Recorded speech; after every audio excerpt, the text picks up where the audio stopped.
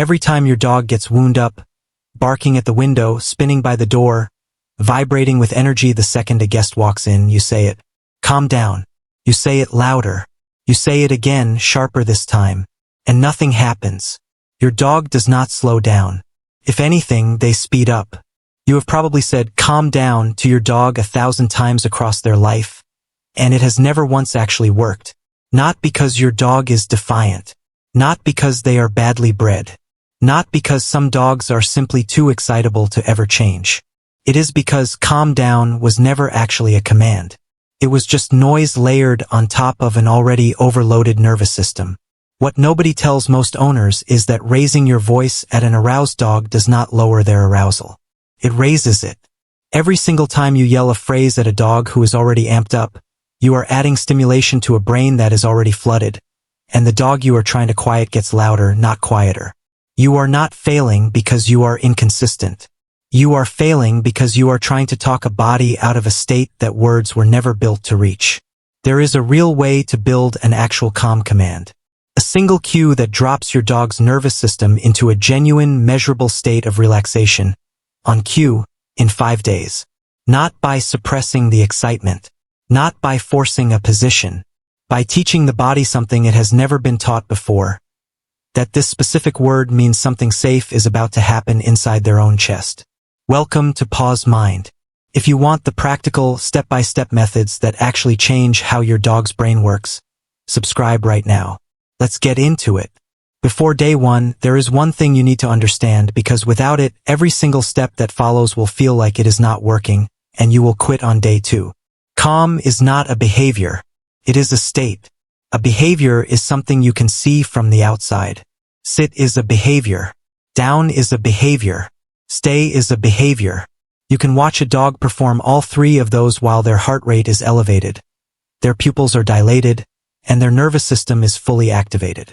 A dog can be technically obedient and physiologically wound as tight as a spring at the exact same moment. That is the trap almost every owner falls into. They teach a position and call it calm, and then they wonder why the dog breaks the second something exciting happens. The dog was never calm. The dog was compliant. Those are not the same thing, and your dog's body knows the difference even when you don't. Real calm is parasympathetic. It is the nervous system's rest and digest mode, the same physiological state your own body enters when you finally exhale after a long day. Heart rate drops. Breathing slows and deepens. Muscles release tension they were holding without your dog even noticing they were holding it. This state cannot be commanded into existence the way a sit can. It has to be built slowly through repeated association, the same way any conditioned response is built. A study published in the Journal of Veterinary Behavior examining conditioned relaxation protocols in domestic dogs found that dogs trained using gradual state pairing methods showed measurable decreases in resting heart rate and cortisol output in response to a trained cue, while dogs trained using verbal suppression alone showed no significant physiological change despite appearing outwardly obedient. In plain language, you can train a dog to stop moving. That is different from training a dog to actually relax. Here is the second piece, and it is the one that changes everything about how you will approach the next 5 days. You cannot teach a cue for a state that has never happened in your dog's body while that word was being said. If you have spent years saying calm down while your dog was at the peak of their excitement, that phrase has never once been paired with the actual feeling of calm. It has only ever been paired with frustration, noise, and chaos. You have to start over with a clean word, and you have to build the association from the ground up, beginning below the threshold where excitement even exists. That is the entire architecture of the next 5 days. You are not suppressing arousal. You are building a bridge to its opposite, one repetition at a time. Day 1. Capturing the state. On day 1, you do not ask your dog to do anything. This is the step almost every owner wants to skip, and skipping it is the single biggest reason this system fails for people who try to rush it. Before you begin, set up one piece of equipment, a designated mat, bed, or blanket that will become your dog's anchor spot. This surface should be used only for this training, not for general lounging, at least for the first 5 days. Place it somewhere quiet, away from the front door and away from windows facing the street. Your only job on day 1 is to notice and reward calm the moment it already exists, with no cue word attached at all. Sit near the mat during a naturally quiet part of your dog's day, ideally an hour or two after a walk or play session, when their baseline arousal is already low. The moment your dog lies down on or near the mat with a loose body, soft eyes, and slow breathing, mark the moment with a single quiet word like yes, and follow it immediately with a small, high-value treat delivered low and calm, placed gently on the floor rather than tossed. Do not call them onto the mat. Do not lure them there. You are capturing a moment that the dog chose on their own, because a state that was chosen is a state that can be rebuilt on cue later. A state that was forced into existence cannot. Repeat this between 8 and 12 times across the day, always when the dog is already settling naturally, never when they are aroused. You are not training a position yet. You are building the dog's first association between this exact spot and the feeling of being rewarded for doing absolutely nothing. Most owners report their dog starts drifting toward the mat unprompted by the end of day 1, simply because lying there quietly has started to feel rewarding in a way it never did before. That drift is the entire goal. It means the association is already taking root before a single command has ever been given. Day 2. Naming the state. On day 2, you introduce the word, but you still are not asking for the behavior. This distinction matters more than almost anything else in this entire system. Continue exactly as you did on day 1, sitting near the mat during naturally low arousal windows, waiting for your dog to settle there on their own. But now, the instant their body fully relaxes, the moment their hips shift into that loose, weight-dropped position and their breathing visibly slows, say the cue word itself softly once, immediately followed by your marker and the reward. The word most owners use is settle, though any word your dog has never heard before in another context works just as well. What matters is that the word is being spoken while the state is already happening in the dog's body, not before it, and not as a request for it to happen. This is the exact mechanism behind every successfully conditioned cue in behavioral science.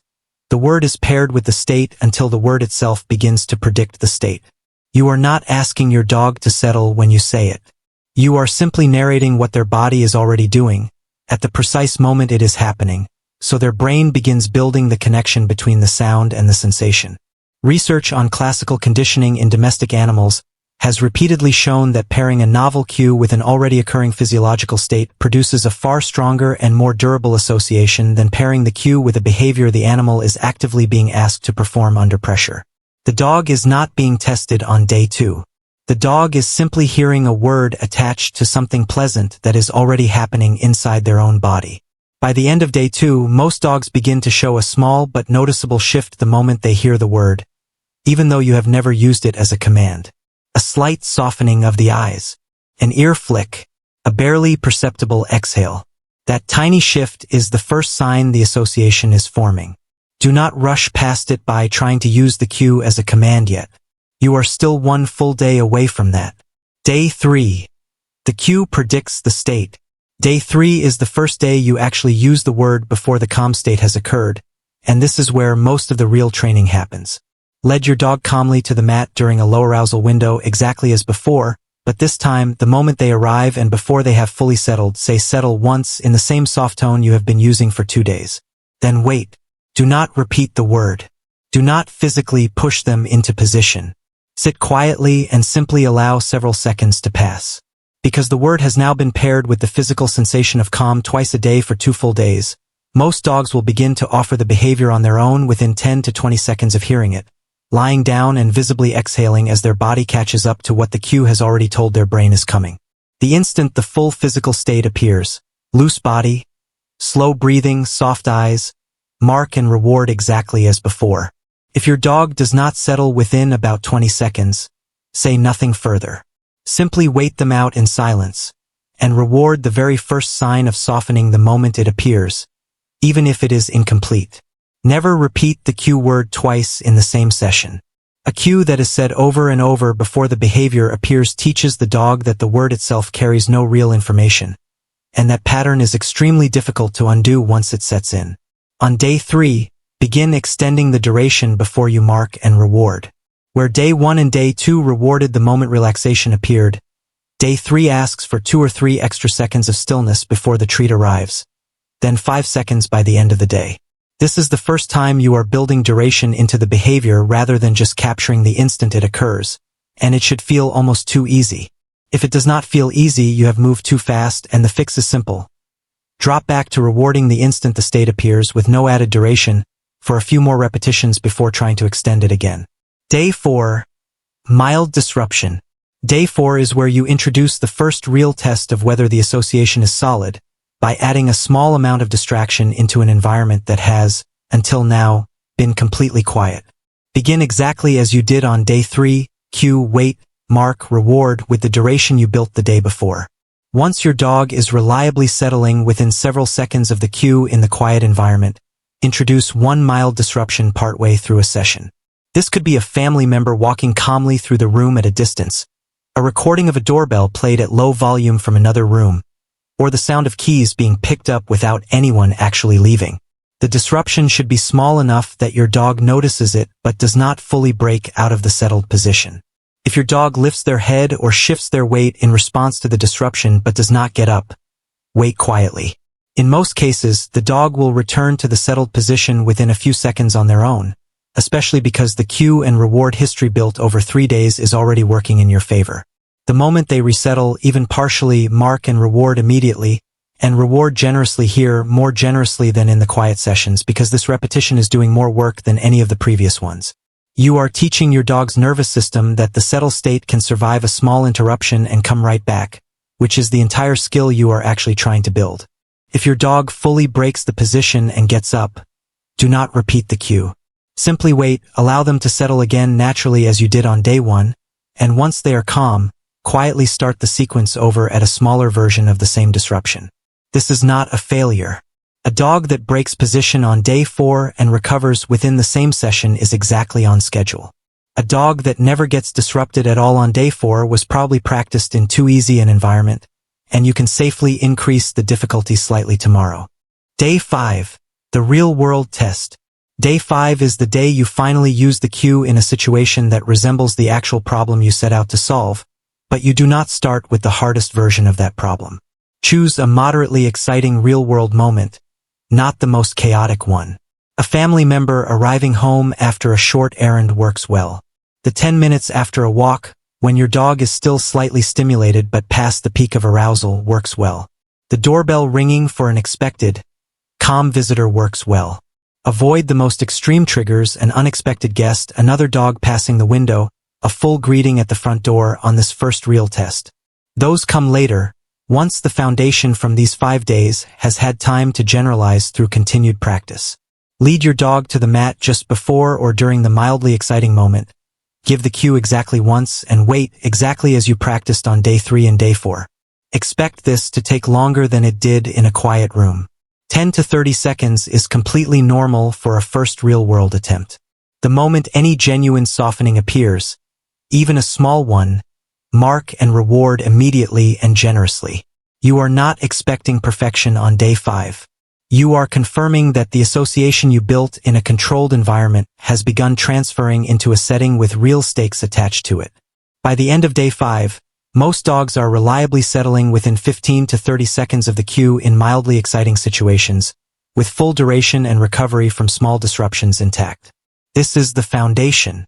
The genuinely high arousal situations, the doorbell with an unexpected guest, the excitement of another dog walking past the window, will take continued practice over the following weeks, built the exact same way, just with the bar raised gradually. The 5-day system does not produce a finished dog. It produces a dog whose nervous system now understands, for the first time, that this specific word means something real. Common failure points. There are 3 mistakes that derail this system more than any others, and almost every owner who feels like it isn't working has made one of them without realizing it. The first is starting the cue during high arousal. If you try to use settle for the first time while your dog is already barking at the door, the word has no foundation to stand on, and you will simply be repeating the same mistake as calm down, just with a different word. Every session in this system has to begin below the threshold where real excitement exists. If you ever find yourself trying to use the cue during genuine chaos before day 5, you have skipped ahead, and the fix is to go back 2 days and rebuild the foundation in a quieter setting. The second is repeating the cue. Saying, settle, Settle, settle. While waiting for the behavior teaches your dog that the word is just background noise that eventually stops once they happen to lie down. The exact same poisoned pattern that ruins recall training in countless households. Say the word once, then wait in silence no matter how long it takes. The third is moving to the next day too early. If your dog is still struggling with 5 seconds of duration in a quiet room, adding a doorbell sound on top of that will simply teach them that the cue does not reliably predict reward, which weakens the entire association you have spent days building. There is no shame in repeating a day. A dog that needs 7 days instead of 5 because day 3 took 2 attempts will still end up with a more reliable cue than a dog that was rushed through on schedule. Here is what most owners never understand about what they are actually building over these 5 days, and it is the part that changes how you see the entire process. A dog that drops into a sit because they were told to is showing you obedience. A dog that drops onto their mat, exhales, and lets their muscles go loose because a single word now predicts safety in their own body is showing you something else entirely. The goal of this system was never to make your dog stop moving on command. It was to teach their nervous system, the same nervous system that has spent their whole life reacting instantly and instinctively to the world around them, that there is one specific sound that means nothing bad is about to happen, and that it is safe to let go. That is the difference between a dog who tolerates being told to calm down and a dog who has actually learned how to calm down. The first dog is holding still because holding still avoids consequences. The second dog is settling because settling has become, through 5 days of careful, deliberate repetition, one of the safest and most rewarding things their body knows how to do. You are not teaching a trick. You are teaching a state of being, and once it is built, it does not fade the way obedience without understanding always eventually does. What you have built over these 5 days is not a command. It is a switch inside your dog's nervous system that did not exist a week ago, and every stressful moment from here forward, the vet visit, the thunderstorm, the unexpected guest, gets a little easier because of it.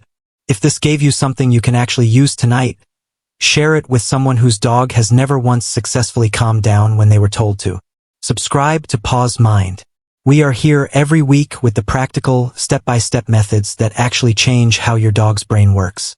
And if your dog has ever frozen completely still the moment you raised your voice instead of relaxing, there is a different nervous system response happening in that moment, and it is not obedience.